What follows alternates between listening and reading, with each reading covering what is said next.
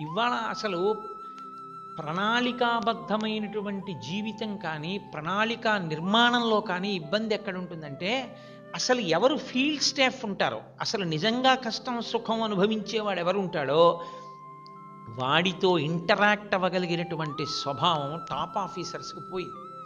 వాళ్ళు కింద వాడితో మాట్లాడరు. ఎందుకు మాట్లాడరంటే ఈగో. నేను మీతో మనవి చేశాను కదా, అతనితో మనం అతన్ని మనం అడగడం ఏంటి? కాబట్టి ఈయన ఏసీ ఛాంబర్లో కూర్చుని ఏది నిర్ణయిస్తాడో అది అక్కడ జరగాలనుకుంటాడు. కానీ అది అక్కడ చేయడం ఎంత కష్టమో నిజంగా చేసేవాడి కోడికే తెలుసు. చేసేవాడితో ప్రణాళిక రచన చేసేవాడు మాట్లాడ్డాడు. ప్రణాళిక రచన చేసిన వాడు చెప్పినది ఆచరించడం సాధ్యం కాదని కింద పనిచేసేవాడికి తెలుసు. వీళ్ళిద్దరి మధ్య సమన్వయం లేకపోవడం వల్ల అసలు కొన్ని వేల కోట్ల రూపాయల నిధులు దేని కొరకు వెచ్చింపబడుతున్నాయో ఆ నిధులు సామాజిక ప్రయోజనాలకి అందకపోవడం అన్న అగాధం అక్కడే ప్రారంభమైంది.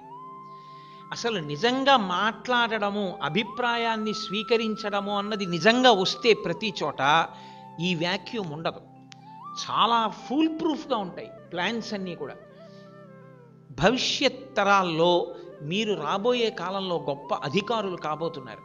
మీ చేతులతోనే మీరు కొన్ని వేల కోట్ల రూపాయల ఫండ్స్ రిలీజ్ అవ్వడానికి సంతకాలు పెడతారు.